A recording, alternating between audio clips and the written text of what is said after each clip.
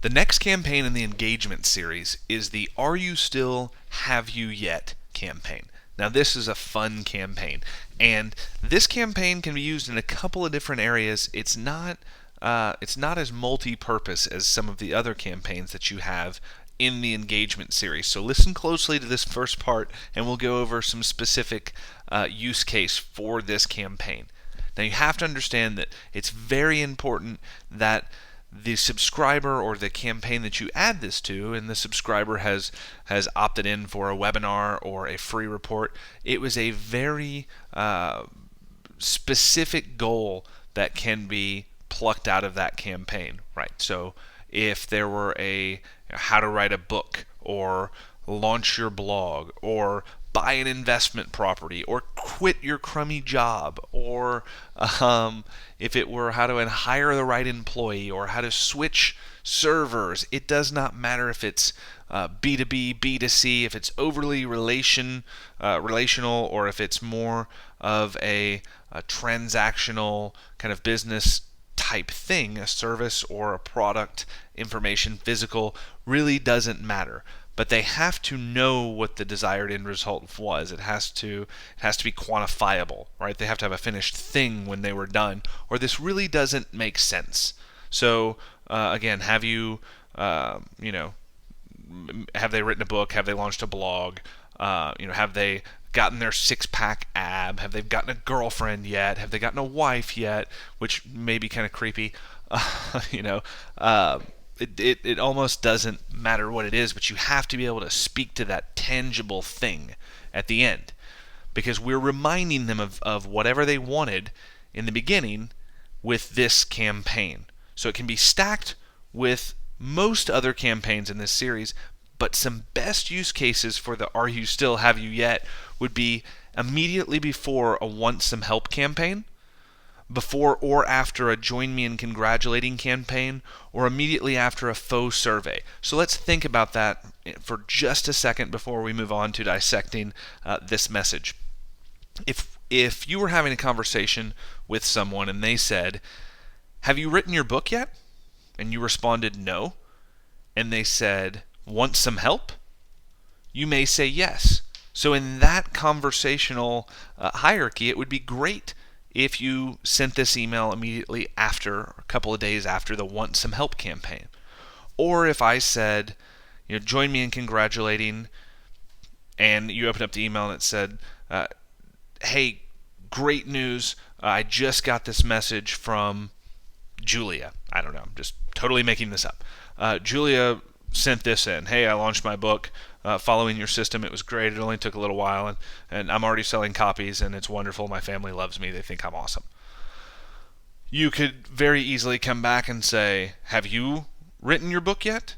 Because it makes sense. Or you could lead with, have you written your book yet? And come back with the social proof of join me in congratulating. So it's pretty interchangeable there. If you had a faux survey of survey how long does it take the average author to complete their book, and it's 24 months, 36 months, 9 months, 45 days, and that was the survey, it would make total sense to come back and say, have you written your book yet? Right? So all those use cases are pretty self-explanatory. If we're going to leverage this in a higher ticket sale, in something that you're campaign stacking a lot of things, maybe a mini launch, maybe you've got your webinar series with the Don't Stand Me Up series that we went over for an extended period of time, just I think the video before this one. If you're going to send this, you have to allow some time to lapse. So that can be a tough thing to do. I would not send this email immediately after either of those. There's no way that person has had enough information, whether if they didn't buy your product, from just attending a training webinar and your follow-up through there, or just a mini launch. It would work if I had said, have you written your emails yet? And was referring to the Gain Logic Fear series. That was one of the free lead magnets that we offered in the launch of the machine. that would make sense. If I were coming back and referencing something bigger in a webinar, or just overarching, have you built your email machine yet? And it was immediately after the promo wrapped up or after a webinar, it wouldn't make sense. So if you're going to use it in a webinar follow-up or in a campaign where you've stacked several of these campaigns to get a higher ticket item, you have to allow a cooling off period of at least 5 days, probably more like 7 to 10. That's a good amount of time to where it's still fresh in your mind. You haven't forgotten. The desire to do that thing is still there. But it's an appropriate amount of time to where if someone asked you that question, it wouldn't be an annoyance that you hadn't done something. It would be a welcome reminder. So keep that in mind. If you look at email in what's acceptable from a normal conversation, would that be something weird to say to someone face to face if you didn't have a long-term or intimate relationship with that person? If the answer is yes, then don't say it in email. It doesn't make it any better. Arguably, it makes it a little bit creepier. So if you can kind of keep that tone or in mind when you're writing your emails or tweaking these emails or deciding when to use some of these emails, it will serve you well. Another good little trick is to make sure you read all of these emails out loud. If you read them out loud and you have to reread a part 2 or 3 times, it doesn't make sense. If it's not reading well out loud, it won't read well in your prospect's head. So that's a good indication that you should go in and change it. Also, if you read it out loud to someone else and they say, wow, that either didn't make sense or was really creepy, you should change that as well. So let's dig into this campaign. There's only the one message. It's pretty templated, pretty self-explanatory, but let's dig into it anyway. So you've got some optional subject lines here. Have you written your book yet? Are you still going to write a book? So those are 2 optional subject lines there. You could also in the second one, or you could take these and make more of a negative tone to them. Have you quit your job yet? Have you broken up with her yet? If someone was in how to end a bad relationship, that'd be a great email. Are you still with her? Are you still with him? Are you still sleeping in separate rooms? If it's save your marriage, right? These are things that are going to catch someone's attention, and they're going to have an emotional response to that, right? So all of these are psychologically driven, and you should want to get an emotional response. Now, just a little disclaimer, you can't always pick the emotion that you're going to trigger with your emails. You can do your best, but depending on where someone's at in their day, they may be having a terrible day, they may scan your email, you just may be the person that they hit reply to because they have no control over most of the rest of their life. Don't get discouraged by someone sending in a response to one of these emails because they're meant to stir up emotions. You just can't always control which one you're stirring. So digging into the email, this makes a ton of sense if coming off a webinar or coming off a mini class, anything where you've given them step-by-step instructions to do something. So if you've been staying on task, then you're probably here. So if you've been staying on task with the 5-step plan to launch to write your book, then you're probably finishing your first book as we speak. How good does that feel to say? Just in case you haven't started yet, you still have time to write your book, and this should help. I've created a special video or training. This is a good way to send them over to maybe another little chunk of information.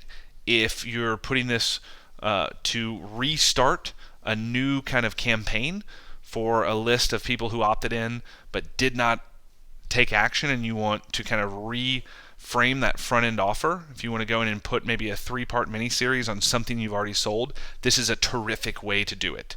Right? You can say, I've created a special 3-part video series to help you, but please don't wait, get started today.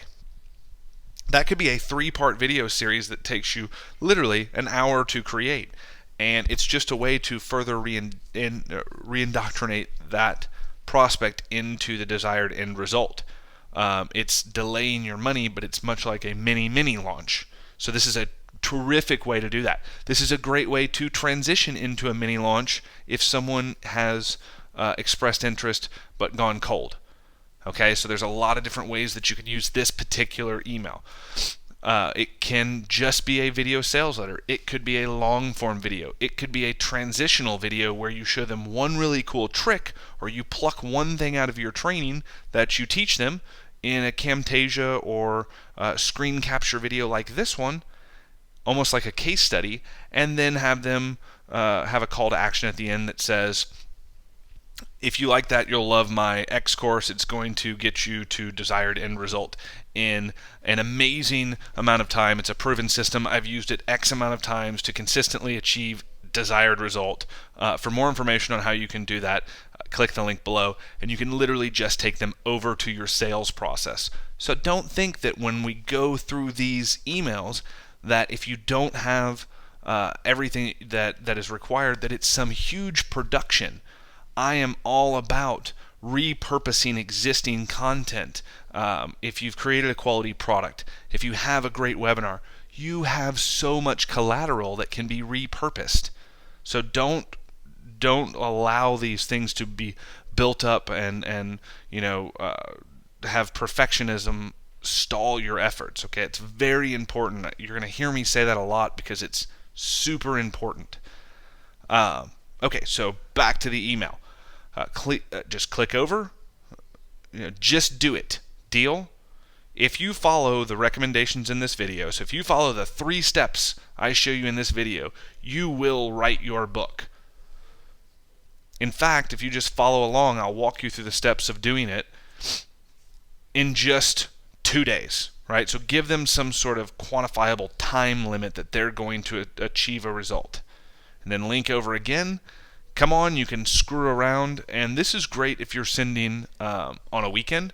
So you can screw around this weekend, or you can do something that changed your life. You can screw around tonight, or you can do something that will change your life. My recommendation is to take some time for yourself and do this instead. Can't wait to hear how it turns out, right? You're assuming the sale. You're assuming that they're going to complete it. You're believing in them and speaking to the end result, which sometimes is all people need to hear for them to believe that they can achieve the end result. Now, this PS is optional. This PS is if you're going to put some scarcity into this email. So if this is used in coordination with either sweetening the deal campaign, which I would do this right before, or if it's maybe if you're going to do it right after a sweetening the deal campaign, but before a going, gone campaign, this is a good time to tease the scarcity, right? It's teasing the close. Just a heads up, we're quickly reaching our member limit in the course, and we'll have to shut down registration soon to focus on those who've already taken action, right? You are putting the people who have done things up on a pedestal. You're kind of training and celebrating the things that you want them to do. Keep an eye on your inbox for full details in the coming days, but until then, here's the link to the presentation so you can get started today if you're ready to take action. Okay, again, this is optional. It may not be a closing scarcity. It could be a price increase scarcity. It could be a takeaway scarcity. So depending on where you're going next, you may choose to not use this PS at all or slightly modify it. But that's it. This one message campaign is incredibly powerful if used correctly and used in the instance or instances that I explained in this video. I hope this helps. I hope that you have no issue editing this, and I hope you already have a really good idea of where to use this in your business. Look forward to speaking to you on the next video.